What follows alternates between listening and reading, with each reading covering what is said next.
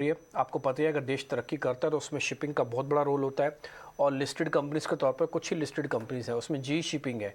Numbers बहुत शानदार आए, स्क्रीन पे सारे नंबर्स आ जाएंगे। पैट करीब 200% के आसपास बढ़ा है। और बातचीत करने के लिए कंपनी के मैनेजमेंट के तौर पर हमारे पास CFO और ED शिव कुमार जी हमारे साथ जुड़ रहे हैं।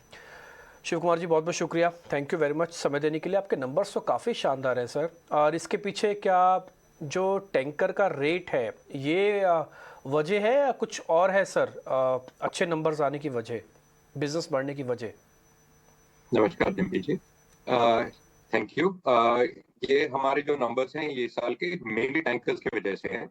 और टैंकर्स के जो रेट बढ़ गए यूरोप में वॉर के शुरू होने के बाद, तो उसमें टर्नओवर बढ़ गया, बस 200 से ज्यादा मिलियन डॉलर से बढ़ गया। और वैसे हमारे कॉस्ट तो सेम ही रहते हैं, फेयरली फिक्स रहते हैं। So the improvement from previous year तो पूरा ही पूरा टैंकर्स का है। इनफैक्ट थोड़ा ड्राई बल्क में गिरावट आई थी रेट्स, बट बहुत सारा जो इम्प्रूवमेंट आया वो टैंकर्स ने कॉम्पेंसेट कर दिया उसमें। कुमार जी ये बताइए कि ये नॉर्मलाइज होंगे जब नंबर्स, तो आपके एवरेज रेट्स कहाँ पे सेटल होंगे? क्योंकि कुछ लोग आपके इस तरह के नंबर्स देख के चढ़ रहे होंगे, आपके स्टॉक में बड़ी सारी पोजीशन ले रहे हैं। आपने हमेशा कंजर्वेटिव प्रैक्टिसेस अपनाई हैं। मैं एक नॉर्मलाइज्ड बिजनेस ट्रेंड आपसे जानना चाहता हूँ।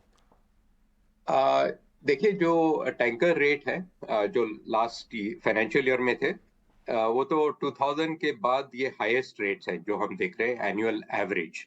और एक दो सेक्टर में तो उससे भी ज्यादा बढ़कर है रेट्स। नॉर्मलाइज रेट्स हो इनसे काफी कम है, मतलब जो लॉन्ग टर्म एवरेजेस है इनसे काफी कम है। 10-15 हज़ार डॉलर कम है पर डे। तो लेकिन क्या नॉर्मलाइज होंगे वो देखना पड़ेगा, क्योंकि फंडामेंटल्स तो काफी टाइट लग रहे हैं।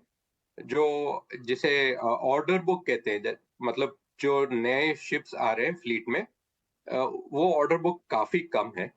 अ, और अगर डिमांड नॉर्मलाइज हो जाए तो फिर तो मार्केट टाइट ही रहेगी और रेट्स ऊंचे ही रहेंगे। तो मेनली डिमांड पे डिपेंड करता है, क्योंकि सप्लाई तो बहुत ही कम है नए शिप्स का। शिव कुमार जी, ऑर्डर बुक की स्थिति ऑफ कोर्स आप जिस तरह से बता रहे हैं हर सेगमेंट में हम देख रहे कम है, लेकिन सॉफ्टनेस जो ड्राई बल्क सेगमेंट में नजर आ रही है इस पर आप क्या कहेंगे? ये काफी डिप्रेस्ड है। क्या आपको लगता है यहाँ पर टर्न अराउंड आने वाले कुछ क्वार्टर्स में नजर आएगा?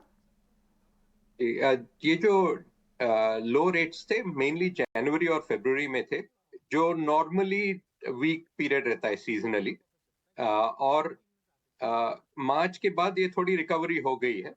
सब रेट्स 10,000 से कम थे जैन और फेब में। अब तो बिटवीन 10 and 20,000 है, तो थोड़ी रिकवरी हो गई है। इसमें मेनली चाइना पे डिपेंड करता है, क्योंकि China is the big driver of dry bulk commodity demand.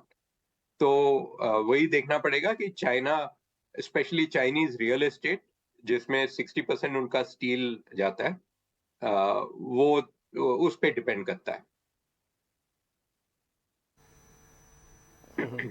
Shiv Kumar ji एक बहुत ही बेसिक सा क्वेश्चन है। आपकी बैलेंस शीट में जो डेट होता है ये डेट हम्म। वर्किंग डेट होता है या फिर किसी और तरह का लॉन्ग टर्म डेट होता है? एक तो ये पॉइंट क्लियर कीजिएगा। और दूसरा, आपकी बुक्स में कैश कैसे आता है?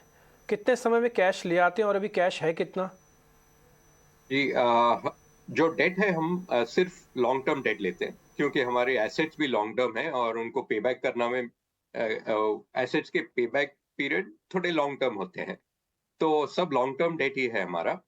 वो तो काफी कम हो गया आजकल। ग्रुप में 500 मिलियन का लॉन्ग टर्म डेट है, इक्विवेलेंट 500 मिलियन डॉलर का। और 600 से ज्यादा मिलियन डॉलर्स इक्विवेलेंट कैश है, मतलब 5,200 करोड़ का कैश है आज के दिन में। तो हमारा तो नेट कैश है, मतलब डेट से ज्यादा कैश है हमारे पास। वो तो अपॉर्चुनिटीज के लिए वेट करें, क्योंकि पिछले साल के कैश फ्लोज इतने अच्छे थे। 2,500 करोड़ का प्रॉफिट है, तो उस पे डिप्रिसिएशन ऐड कर देंगे तो 3,000 करोड़ का नेट कैश फ्लो आया था। ऑफ कोर्स हमने डिविडेंड भी पे किए काफी, टोटल 350-400 करोड़ के डिविडेंड दिए हैं ऑलरेडी। बट कैश फ्लोज इतने स्ट्रांग हैं तो कैश अक्रूवल हो गए। बस सिर्फ वेट कर रहे हैं अभी शिप्स लेने की जो अपॉर्चुनिटी मिलेगी तो। बिल्कुल शिव कुमार जी, शुक्रिया आपका हमारे साथ जुड़ने के लिए, सवालों के जवाब देने के लिए। अच्छे तिमाही नतीजे पोस्ट किए, आने वाले क्वार्टर्स के लिए आपको ढेरों शुभकामनाएं। Have a nice day to you.